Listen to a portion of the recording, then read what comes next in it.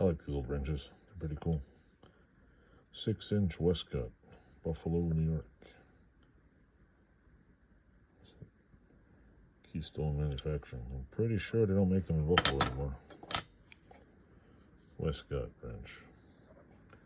It's crazy how different wrenches are these days.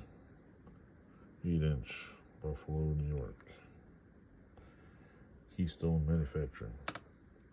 Bet you if they still made these here, there'd probably be a lot of people working in Buffalo. Be a lot better place.